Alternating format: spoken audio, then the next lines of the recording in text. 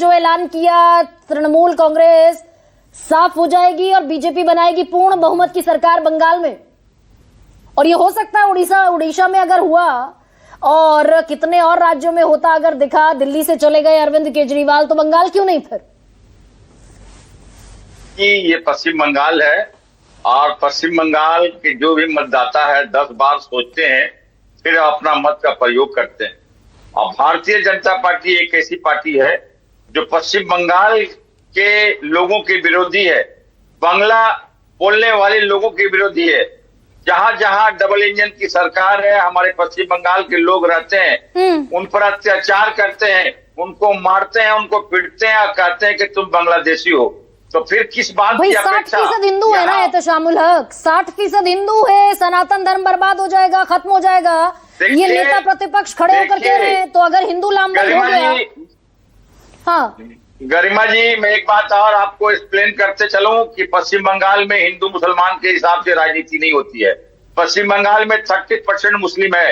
हमारी समझिए कि 213 सीट हम लोग लेके आए थे 2021 में। हमारे पार्टी के लिए हिंदू मुसलमान और सभी जाति, SC ST OBC दलित पिछड़ा चाहे जो भी हो, पश्चिम बंगाल में रहने वाले मतदाता सभी लोग ममता बनर्जी को वोट देते हैं।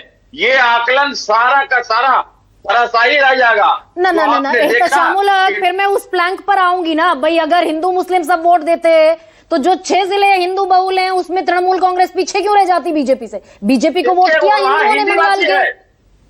ये बात समझना होगा। वहाँ हिंदी भाषी ज्यादा है उस इलाके में। सिलीगुड़ी इलाका, दार्जिलिंग इलाका, जितने भी इलाके का नाम ले रहे हैं, ये बात समझना होगा। वहाँ हिंदी भाषी ज्यादा है और जहां जहां हिंदी जो लोग बोलने वाले हैं वो सारे के सारे 70% समझिए उसमें भारतीय जनता पार्टी को वोट करते हैं। आप तो भाई है सबसे ज्यादा हमारे ममता बनर्जी को वोट देती है, ये समझना होगा।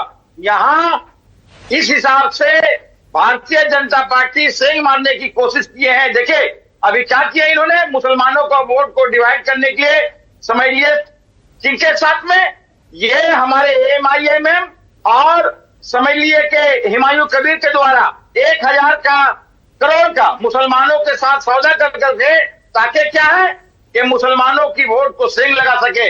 लेकिन एक बाम 3 काम आपने सुना होगा, एक मुहावरा में, एक बाम 3 काम। एक स्टिंग ऑपरेशन से 3 आदमी का चेहरा सामने आया है गरिमा जी, जिसे आप गाना एक सुने होंगे कि क्या मिलिए ऐसे लोगों से जिनकी फितरत छुपी रहे और नकली चेहरा सामने आए, असली चेहरा छुपी रहे। ना मैं तो शामिल हूं।